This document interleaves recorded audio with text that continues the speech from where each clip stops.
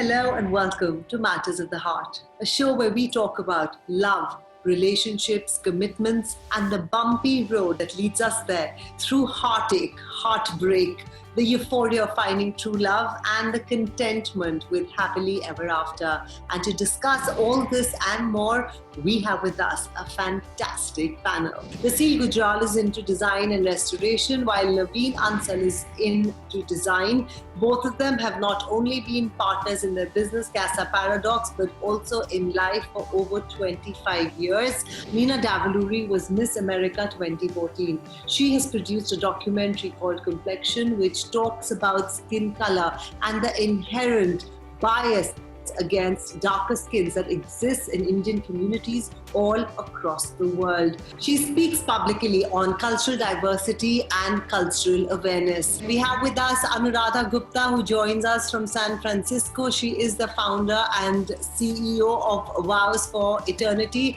It is an international matchmaking company that's headquartered in New York and also has a very strong presence in India. Anu is going to be joining us through the episodes and talking about what does it take to make a marriage work. All right, now if it was just looks and attraction that brought people together, then millions and millions of people would be single all across the world. And that is the topic of our show. What should we really look for in a person when it comes to marriage? We'll begin with you, Naveen and Raseel. What do you think are some key characteristics that are essential when it comes to a strong marriage? You know, today's the first time I'm giving it so much of a thought. My relationship started with Raseel, and then, of course, it culminated in marriage. But the most important, significant part of it is you have to like each other very much. If, looks and all that stuff may count and does count. But I think there has to be an inherent which you like the person. And it's the whole package. It's the appeal of the person as a human being, plus, of course, looks. All right, Raseel? See, I think it's chemistry. You know, it could be looks, a combination of looks, how they make you feel, how you feel when you look at them. And then beyond that, there's a comfort and a sense of, for me, it's like a sense of coming home or a sense of recognition, you know, where I recognized him to be somebody who was part of me. I just knew, you know, so it's a question of recognizing your tribe and then feeling comfortable within your skin and just being the best of friends, because I think, relationships times are challenging and there are a lot of temptations and there are a lot of distractions, and it's going to be bumpy anyway. So if you don't love each other, it's going to be impossible to go through the ride. I absolutely agree. Nina, beauty pageants are all about how you look. But when it comes to marriage, do you think looks play an important part or not really? Well, I think there's definitely an element of attraction that's important. But just speaking for myself, I remember the gentleman that I was seeing before I won Miss America.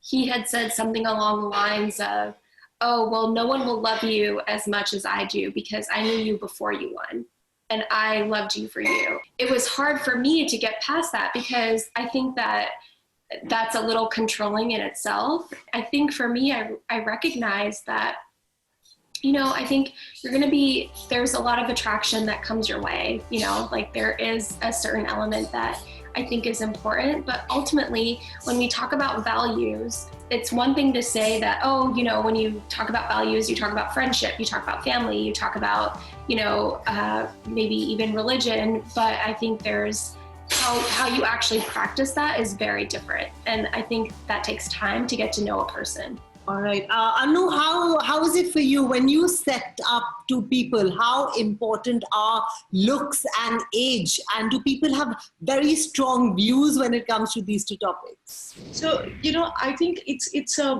in an arranged introduction scenario. It's almost like having, you know, people almost have a checklist, as you know, if you would, and then you can really have anything on that. But as far as looks and age is concerned, I think looks are an important part of marriage in general. with some people, the focus on looks is a lot more, and it tends to get a little bit skewed. But generally, I think it's an important part of marriage, and it should be, whether it's looks, it's attraction, it's chemistry, it's the vibe, it's the personality, all of that clubs together. So yes, it's important. Age is actually very interesting. There was a time when I would think age is just a number. But when it comes to an arranged introduction, I think it has a slightly more significant role to play. So our members are between 24 and early 40s, but somewhere around mid-30s there comes a turning point. Till the time people are up to 34, 35, the age gap is less important. Typically, people prefer an age gap of between 3 to 5 years. That's what I've seen. But somehow post 35, there's some sort of switch that seems to go off, and people start increasing the age gap. I think a lot of times it has to do with wanting to start a family, and that's an important part of practically why that comes into play. For women, it also goes the other direction of wanting to have a guy who's few years younger, and whereas I have guys who are in their mid 40s and their cutoff is 36, 38 perhaps, and the girls want to go younger, so there comes a time when the overlap gets tougher to achieve, right? Because people are going in different directions. Raseel, I want to ask you, between both of you, you have 3 children. You have lots of friends yourself. You've seen lots of marriages over the course of life. Do you think love and attraction and age, and how important are these things when it really comes to dealing with the bumps on the road? Because we all know marriage is not a Bollywood movie. There are tough moments. That is the Bollywood movie. That is the Bollywood movie. So, I mean, yes, without love, without attraction, don't get in the car. All right? So you've got to have that well packed and with you. And so I think that's an essential. And that's coming from my angle where, I am in a relationship which is based on, a mutual choice rather than an arranged situation. And yes, dealing with the bumps, etc., has its challenges, but you've got each other's back, right? So you know where your support lies. What advice do you give your children? They don't listen. Advice. What do you, Nina? How do you and your friends deal with this whole the idea of marriage and the bumps, or you think it's going to be mills and boons? What's your view on it? Well, I think I can only speak for my own family, and I've seen some of my friends have very successful marriages, and I think a lot of it is also when it comes down to values. Like I said earlier, it's one thing to say that you care about family. It's another thing to actually do it. And so I think, how you actually, do you practice what you preach? I think that's a huge sign that people should be looking for in any relationship. Oh, it's one thing to say you care about family. How do you treat your family? Do you care that you're spending holidays with them? Is it important for you to make introductions to them? Do you care what they think? And no matter what, of course I care what my parents think about my significant other. Those are really important qualities to have. So I think it's kind of this holistic approach of, are they actually practicing what they preach? And I think that's something to really look for. I have a quick question for you, which is, when you think of marriage, do you consider age as a problem, or do you have somebody in mind of a particular age? Yeah, so I will always say, I don't think age matters. I think experience matters. And, I'm a person who has been fortunate to have quite a few experiences in life, and I want someone to match that. And I think that's a reasonable request. And I don't think it matters how young you are or how old you are. You just have to be intellectually on the same level. When we fall in love, we subconsciously gravitate towards people from a common background, a similar school, a similar social circle.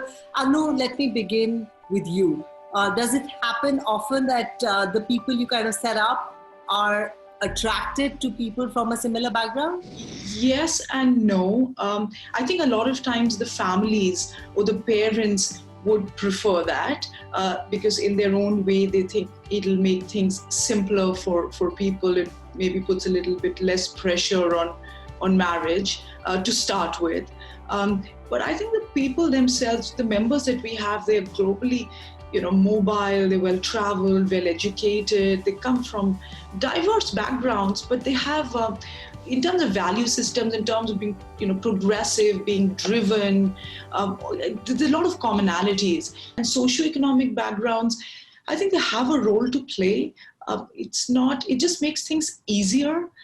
Is it better, similar backgrounds? I don't know if it's better. I think sometimes the diversity that different backgrounds bring, there's a beauty in that. But I think a lot of those lines really in today's time are getting blurred. So if we don't work with biodata, we're not an online search, we're very much a bespoke service. So it's really more about connecting to individuals. Best to focus on let it be how two people connect. And if you follow your heart, if you just give each other if you give something the time to see how it works out, I think life is full of surprises.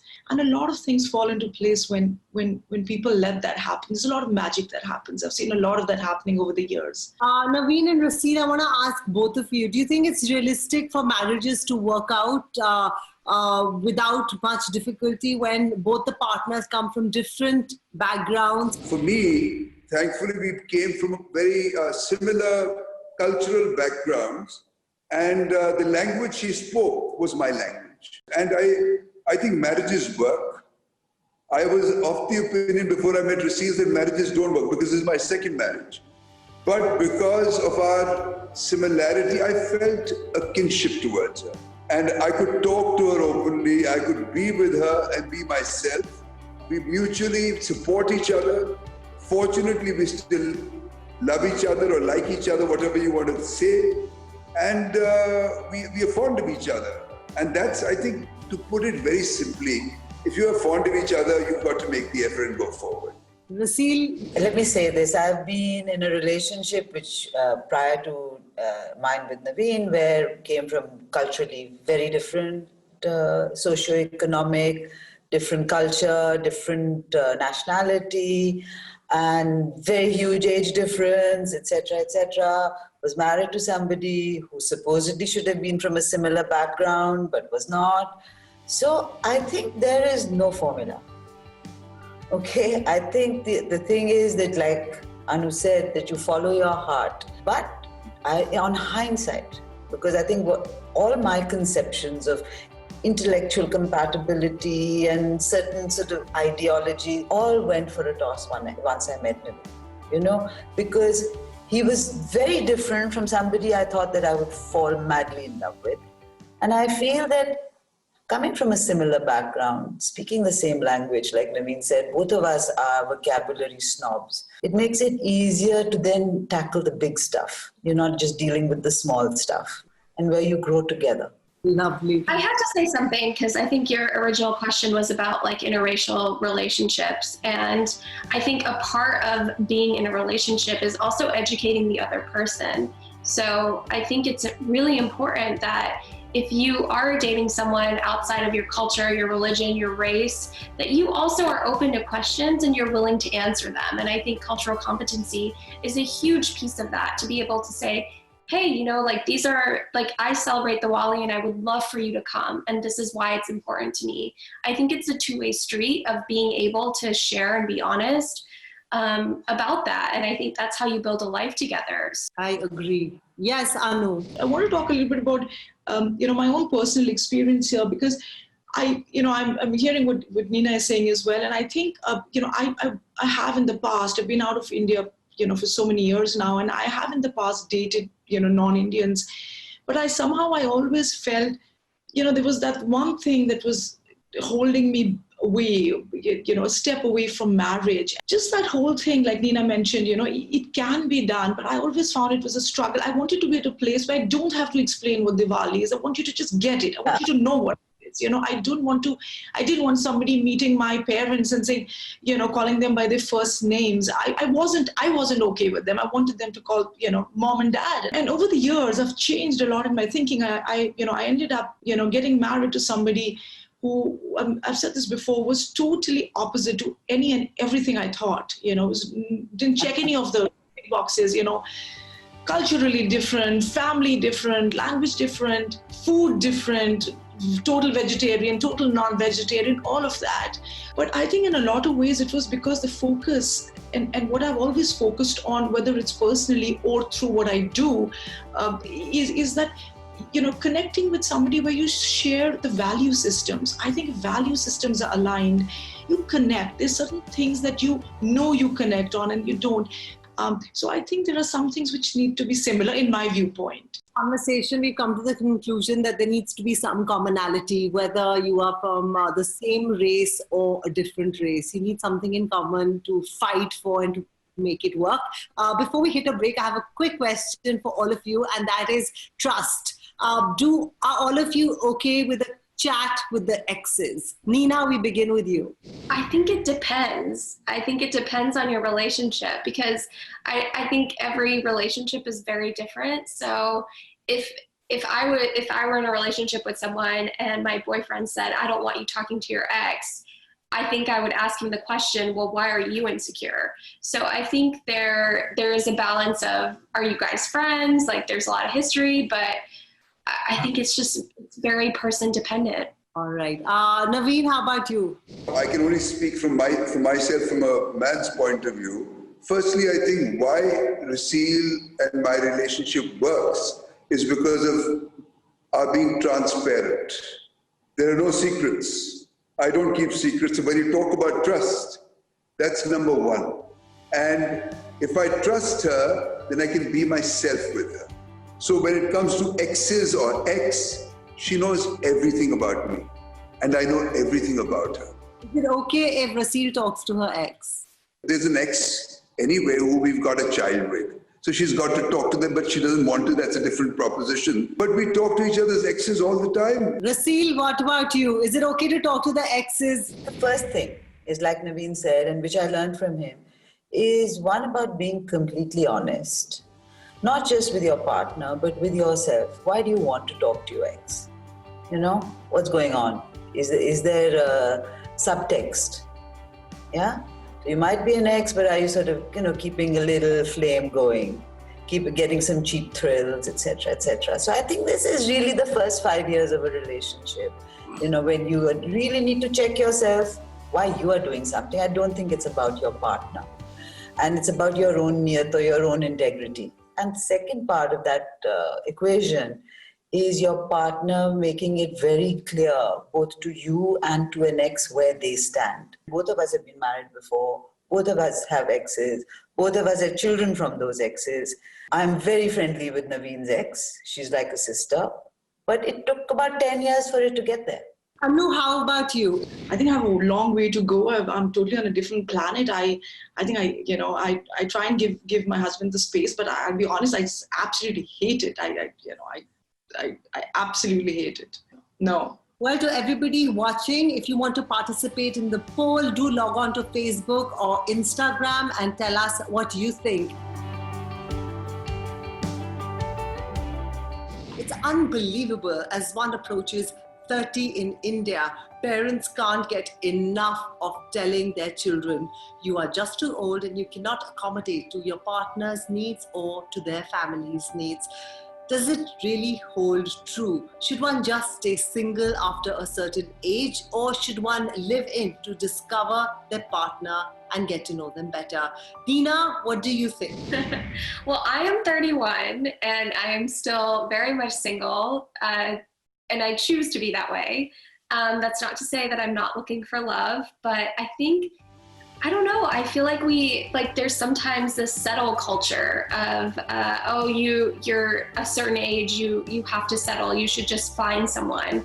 I believe that you have to find the right person no matter what age, and I've seen my friends and family who have also settled, and I've seen ones that have waited for the right person. And so just kind of from that experience, I don't think you should have to settle just because you're a certain age. You have to find the right person, and that right person may come along when you're a little older, and I think that's okay. Anu, Naveen, Raseel, I want to ask you all, in your experience, do you think couples need to spend a lot of time getting to know each other before they tie the knot, just to make sure they are not just skydiving into the ocean? Or do you think they might find out too much? There's nothing like too much. Okay, I met my ex-husband when I was 16. I was married at 18. I was a mother at 19. I was divorced at 23. And I met Naveen when I was 27, and he was 34. And we lived together for 5 years before we got married, because there was no way I was diving off that cliff again without knowing that I was in the right place, with the right person, for the right reason. It's important to live together. And I say that to my son, that before you come under the umbrella, you should know who you want to be under the umbrella with. I'm very unconventional. I have never been the kind who believes in being tied down, as they say, in marriage. That used to be my thinking. So when I met Raseel and we decided to live together, it was an eye-opener for me, but it made us comfortable with each other. And for me, it was essential. Because to change my view on what it is to be with another person 24 hours a day, and we work together, and even then we were working together. When you're together in a relationship, you don't just fall into the other person. You make an identity for yourself too, which is very essential as human beings in a marriage today. Anu, how about you? I think it's very, very important to get to know the other person, and really getting to know someone really is a function of time. When somebody's having a great day, great space in one's life, everything is works really well and everything comes across really well. But it's the tough times when you can lean on someone. You have the other person is your anchor, your support. Having said that, I think marriage is a leap of faith on so many levels. Can you get to know somebody enough? I don't think so. It can take a lifetime. I'm still trying to figure myself out. So I think at some point you feel comfortable and you can be yourself. Anu, I want to quickly ask you what we started off this discussion, that when you're 30 years old, a lot of Indian families think you can't really accommodate to a partner, to his family.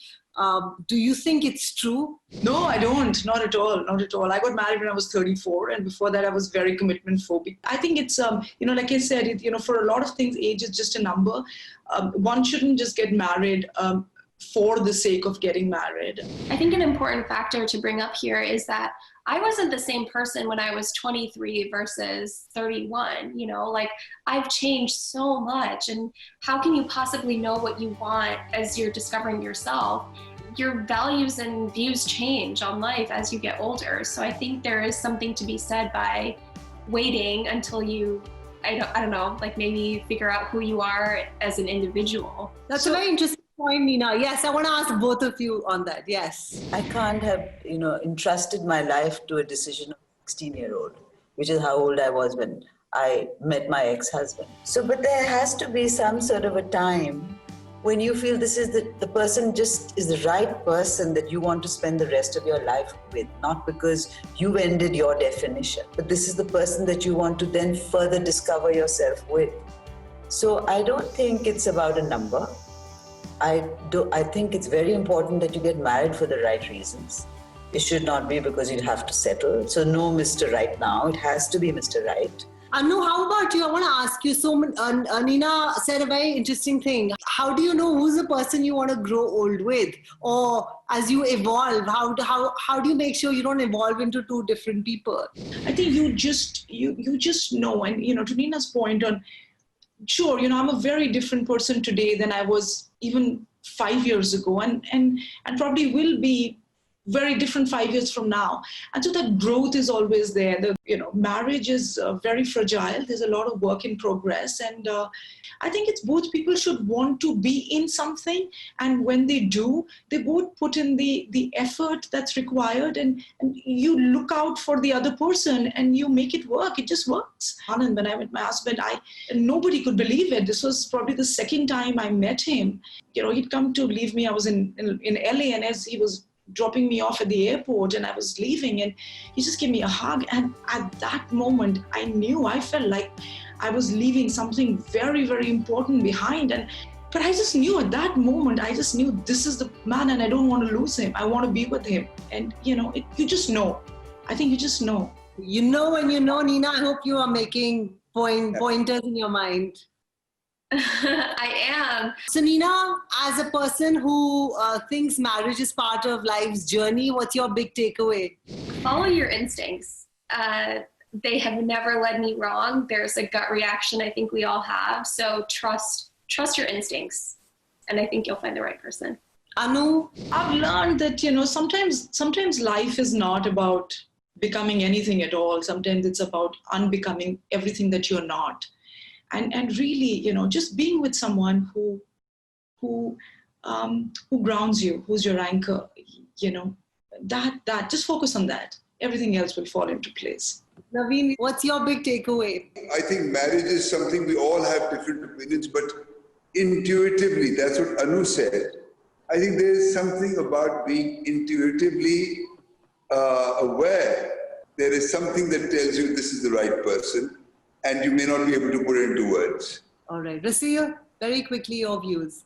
I was given very strange advice by my brother when he was getting married, and I was already married. And he says, and this is Bedina sitting here, he says, there'll always be another Miss America. So you've got to settle one you have and build on that one.